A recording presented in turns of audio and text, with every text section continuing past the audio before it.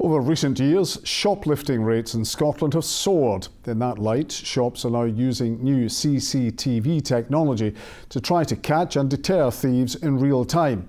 The police are also considering using a similar system which uses live facial recognition to spot criminals in the street.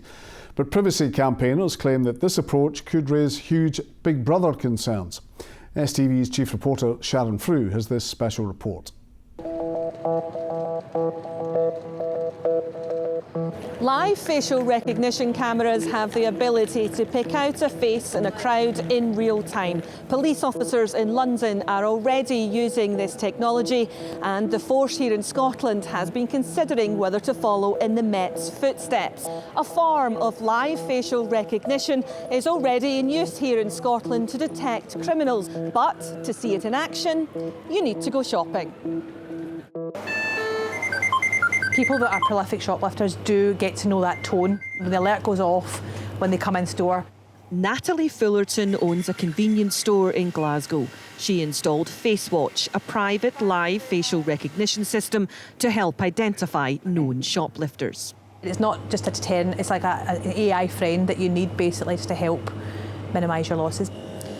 So as I walked in, the camera captured my image. And if, for example, I was to steal a packet of biscuits and was caught either by the staff or CCTV, my image would then be added to this database. So if you were to then come back into store, it would ping. 99% of the time it will be a match. If you were to come back in store and you had sunglasses on and you didn't the first time, it would still pick up your face. Say we've saved about £8,000 in theft.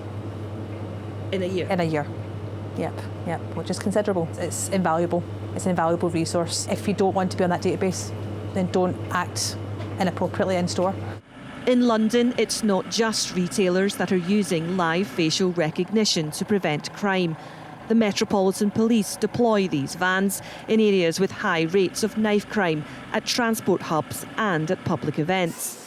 When the system detects a match with a person on a watch list, it sends an alert to officers in the vicinity. If there's no match, the biometric data is immediately deleted.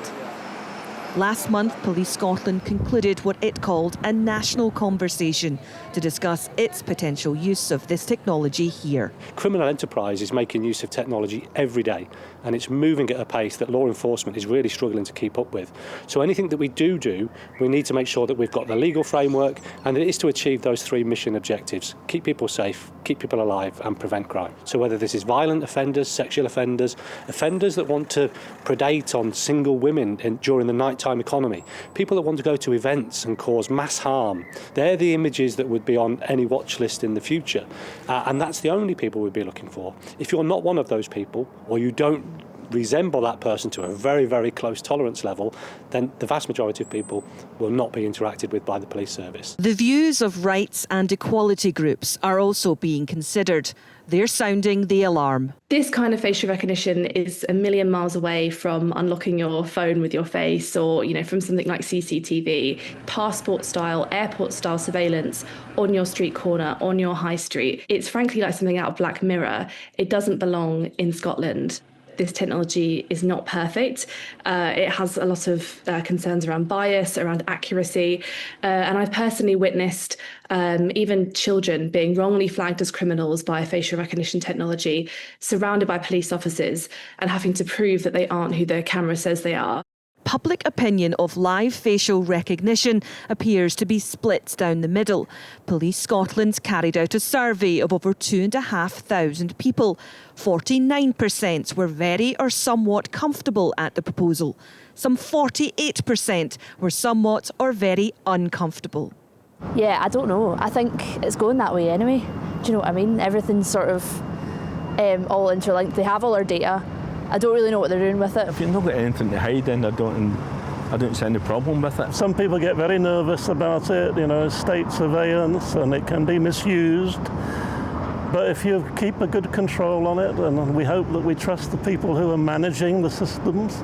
Me and my brother, we're actually not twins, but he is a couple years older than me, and a lot of people get us both mismatched, and I think that maybe could be something. Twins even. There have been legal challenges against both police and retailers in England and Wales after several people were misidentified by the technology. What we believe is that people in Scotland don't want to exist in a perpetual police lineup. I think there's always a balance to be struck in terms of rights and policing, but we believe that this technology goes way beyond that. It has high levels of misidentification, and those levels of misidentification disproportionately impact particular groups, such as people of colour, who already face systemic racism, discrimination and over-policing. But what we're talking about here is something that really normalises mass surveillance of people who are going about their everyday lives. We are working with the Scottish Government, we're working with the SPA, and those that are from England and Wales also considering the legal framework, looking at judicial reviews that are ongoing. So yes, absolutely, we would prefer to be on a very strong legal defined footing. But I would say technology changes so quickly that sometimes that might be a target that is never achievable. I don't think the public should have any concerns around the police using the technology for the aims that we're seeking to use, but I would understand that primarily we would want good legislation. Developments will be closely watched in the coming months. Police Scotland say they're still listening. The national conversation on this issue is far from over.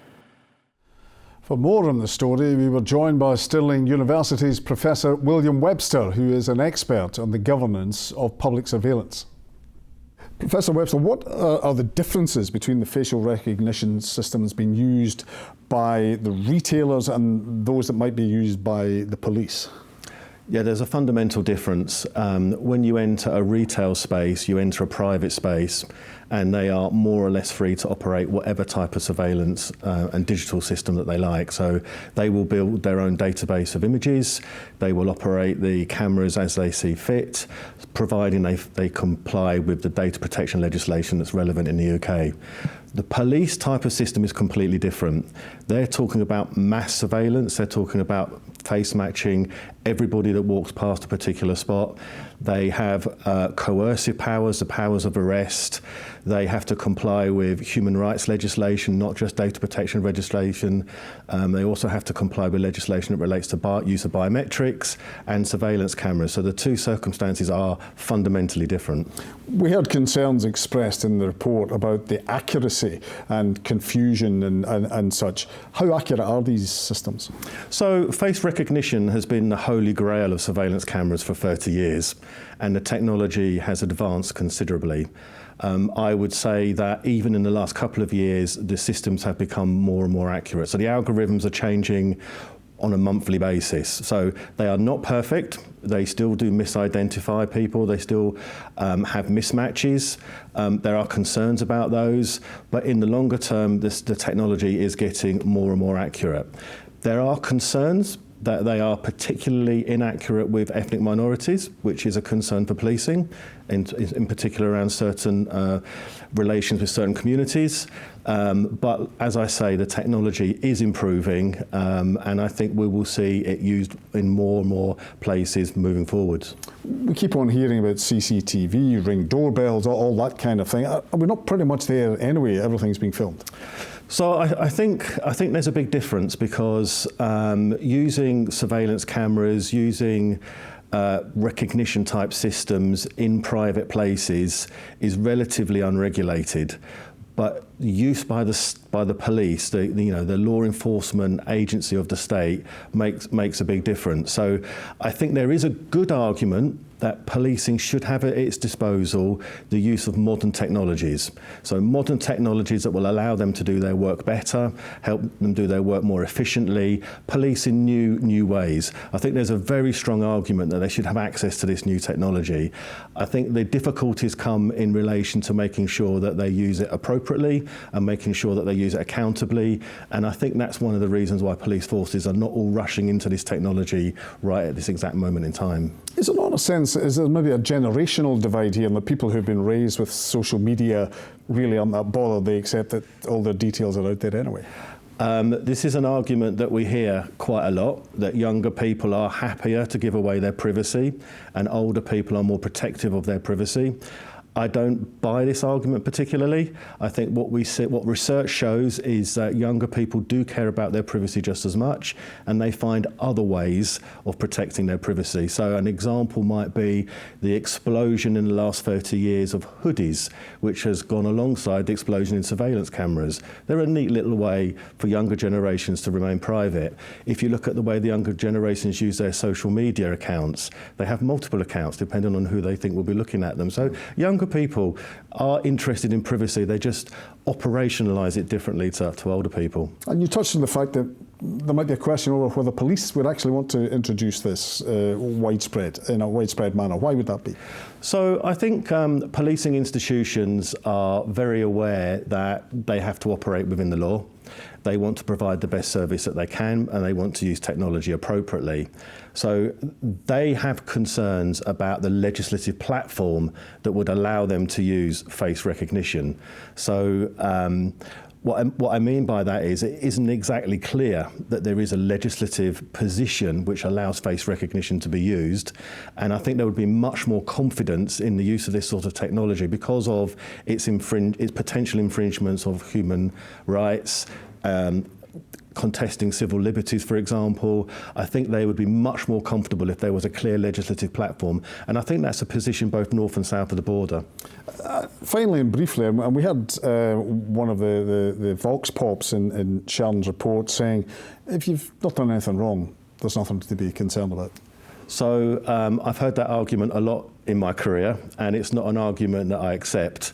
So everybody has the right to be private in their personal life, private in their family life. It is a right, it's a human right, and it's not about being private because you have done something wrong. It's just about being a normal human being and having things that other people don't need to know about. So I don't really accept that argument. That argument was promoted originally by the Nazis as a way of finding out things about people. So it's not an argument I'm particularly comfortable with, and I would always challenge anybody that put that argument forward with me. Professor Webster, thanks for joining us in Scotland tonight. Okay, thank you.